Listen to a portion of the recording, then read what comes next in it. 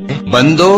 اپنے پروردگار کی بخشش کی طرف اور جنت کی طرف لپکو جس کا عرض آسمان اور زمین کے عرض کا سا ہے، اور وہ ان لوگوں کے لیے تیار کی گئی ہے جو اللہ پر اور اس کے پیغمبروں پر ایمان لائے ہیں۔ یہ اللہ کا فضل ہے، جسے چاہے عطا فرمائے، اور اللہ بڑے فضل کا مالک ہے۔ کوئی مصیبت زمین میں اور خود تم پر نہیں پڑتی مگر پیشتر اس کے کہ ہم اس کو پیدا کریں، ایک کتاب میں لکھی ہوئی ہوتی ہے، اور یہ کام اللہ کو آسان ہے۔ تاکہ جو فائدہ تمہیں حاصل نہ ہو سکا اس کا غم نہ کھایا کرو، اور جو تم کو اس نے دیا ہو اس پر اترایا نہ کرو، اور اللہ کسی اترانے اور شیخی بگاڑنے والے کو دوست نہیں رکھتا، جو خود بھی بخل کریں اور لوگوں کو بھی بخل سکھائیں، اور جو شخص روگردانی کرے تو اللہ بھی بے نیاز ہے، لائق حمد و ثنا ہے۔